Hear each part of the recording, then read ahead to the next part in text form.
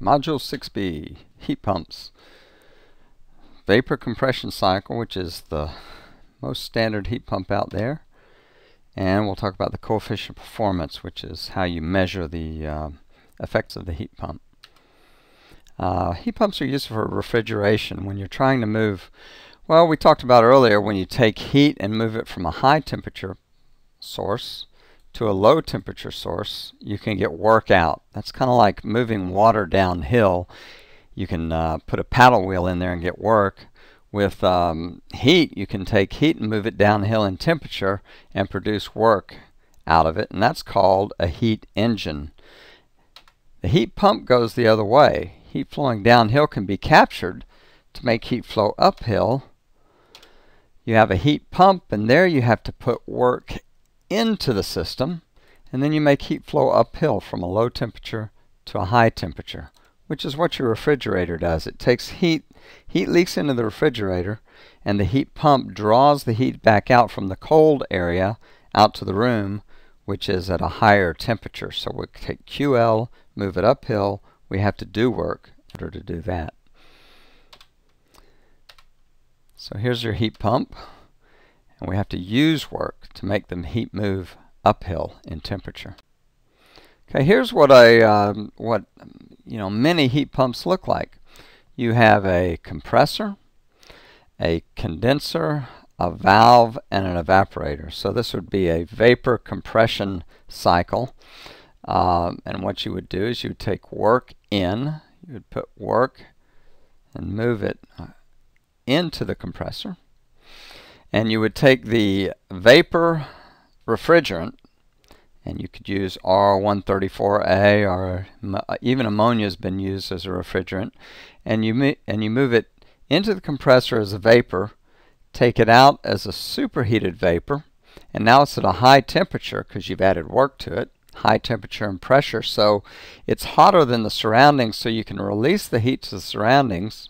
And as you remove the heat from the fluid, from the working fluid, the refrigerant, it cools and it condenses.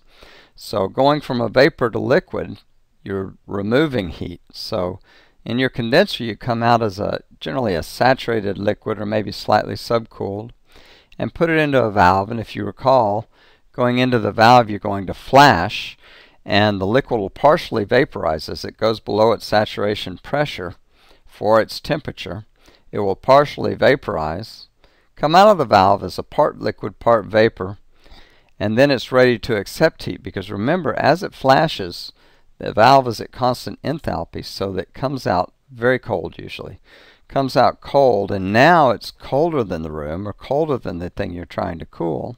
And now you can move heat into the fluid, into the working fluid, in the evaporator, and as you add heat to it, it evaporates. And as it evaporates, it becomes a saturated vapor, back into your compressor, and the cycle starts all over again. That's called a vapor compression cycle. And it's really what's happening in most refrigerators and most air conditioners. So here's what the cycle looks like on a PV diagram.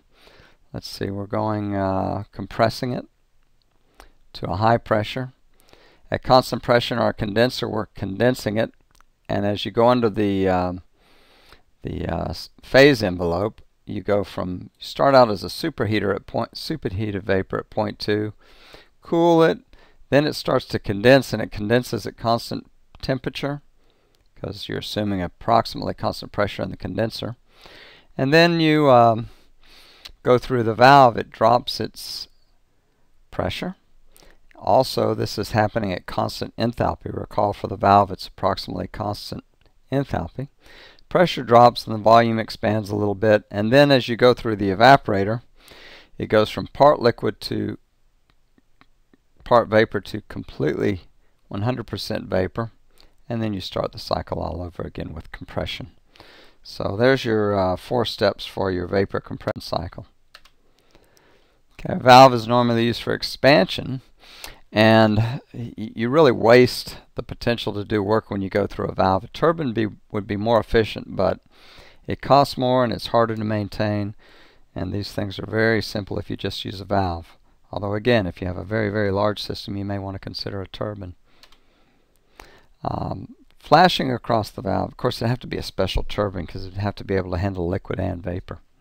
Now, flashing across the valve lowers the temperature of the working fluid and allows the heat to flow into it, because as it flashes, it takes energy to do that, and so it takes it from its own self and the temperature drops.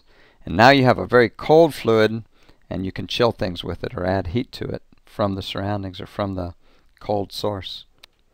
Okay, let's take a look at a sample problem.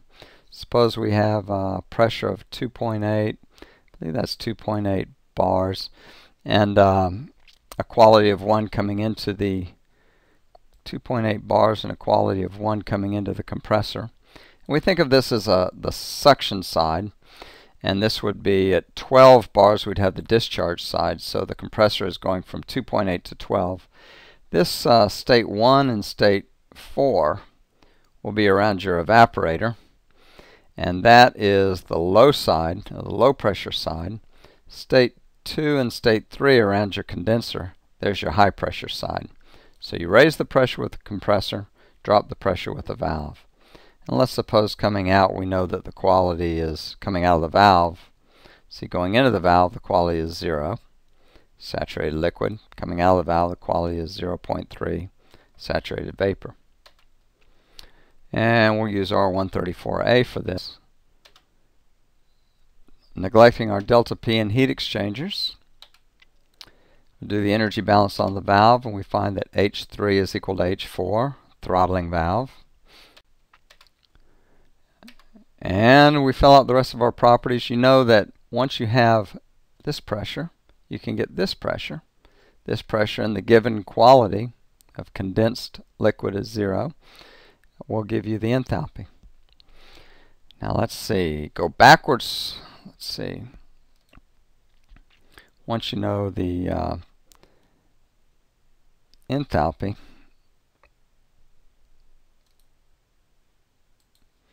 okay, actually this should be 0 here, the quality is 0 here, and then you'll know the pressure and the heat exchangers are the same, so this pressure here will be 12. This enthalpy here should be 0, so the this quality here should be 0. 0 quality going into the valve. This will be, we'll calculate it coming out. The enthalpy into the valve will be known because it's a saturated liquid at 12 bars. Once you know that enthalpy, you know across the valve it's constant enthalpy, so you'll be able to find the enthalpy at state 4 as well. Quality will be somewhat above 0, probably around 30%, something like that. So let's also in the compressor, you were given the temperature coming out as 60. That plus the pressure allows you to calculate the enthalpy here. And so you have all 4 states. I suggest at this point you stop and try and fill out the rest of the properties. Remember, let's see. Go ahead and do it. Find your properties, and this is what you find. So take a few minutes, fill out this table, and see that you can get to that. Once again, the quality here was 0 at 0.3 going into the valve. Coming out of the valve, the quality is 0.34. Stop, take a sketch of this, put it on, and see if you can find all these properties from the problem statement from the information given. Okay, once we have the properties, very simple to do the energy balances. Especially you want to find the H's. For the compressor, work in plus the mass times its enthalpy is work out. Or once again, if we do it per mass, the work in is the outlet enthalpy minus the enthalpy, inlet enthalpy. Comes out to 40.92 kilojoules per kilogram that we had to do to compress that gas. Energy balance on the condenser, and this is where we're rejecting heat to the surroundings. QH is from state 2 to state 3. M dot H2 in equals M dot H3 out plus QH, which is leaving the condenser and going into the surroundings. Or QH per mass, H2 minus H3, which comes out to 171.68 kilojoules per kilogram. Let's see, on the valve, that's fairly simple. Enthalpy in is equal to the enthalpy out. And when a saturated liquid, again, falls below its vapor pressure, it wants to evaporate. Energy to evaporate comes at the expense of temperature, and the temperature drops in a valve. When you put a liquid or a saturated liquid into a valve, it will evaporate, and its temperature will drop, and you get that nice cooling effect. Let's see if we do the evaporator. Then the evaporator is where the cold fluid goes through. So following along with that, we find that the heat QL turns out to be 130.76. So again, you should stop at each of these slides, look at that, consider the energy balance. Again, N equals out, m dot H4 plus QL equals m dot H1. And you find that QL is 130.76 kilojoules per kilogram. For heat pumps, we define a coefficient of performance. And that is some amount of cooling that we get for the work that we put in. In other words, how much heat do we get for 1 BTU of work, or for 1 kilojoule of work? And in this case, we'll take the delta H in the evaporator, because here we're interested in, say, QL. The COP for cooling is when we want to know how much cooling we get per unit of work. And this is the QL divided by the work, and it comes up to 3.2.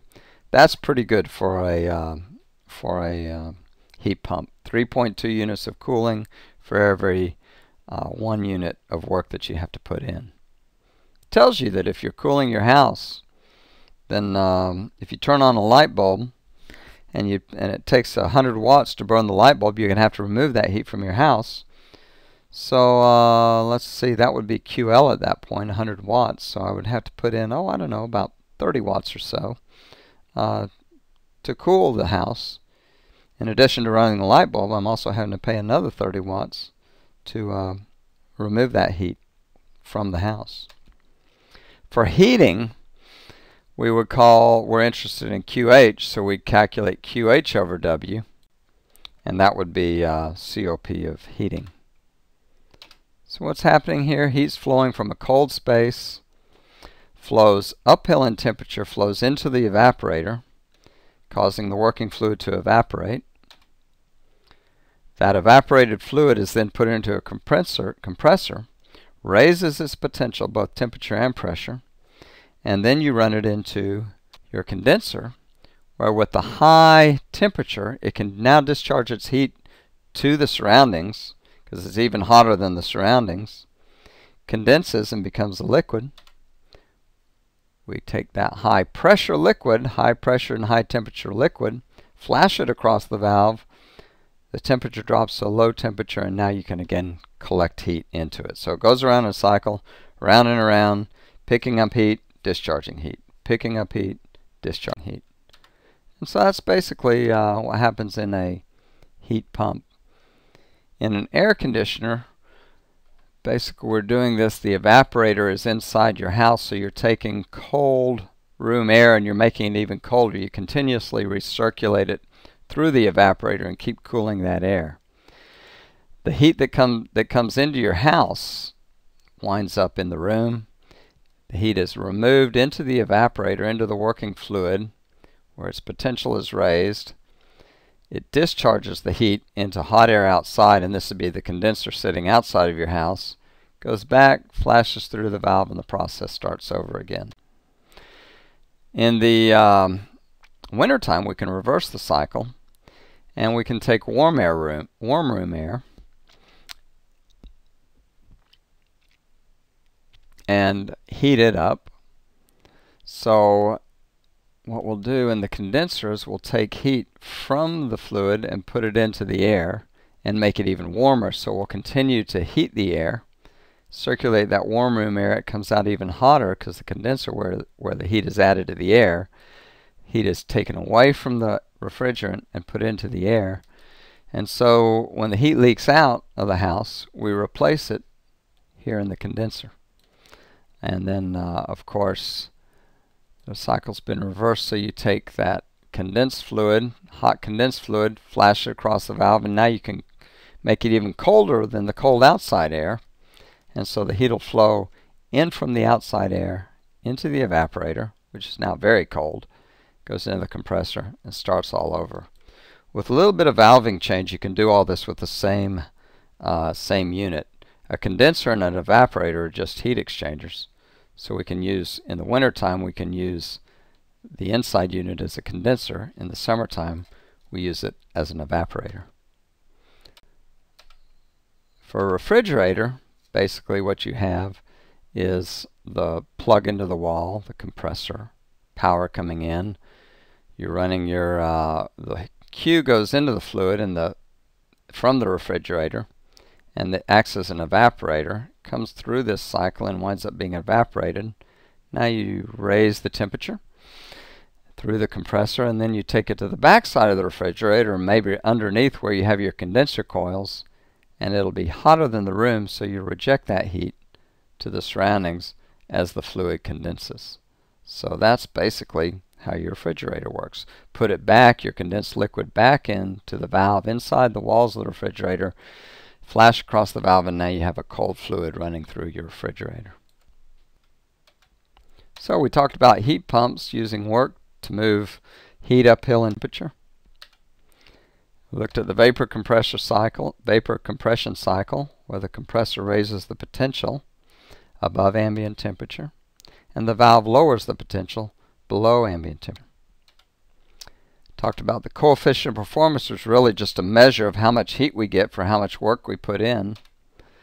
And for cooling, we look at the coefficient of performance as QL over W. So have a COP for heating and a COP for cooling.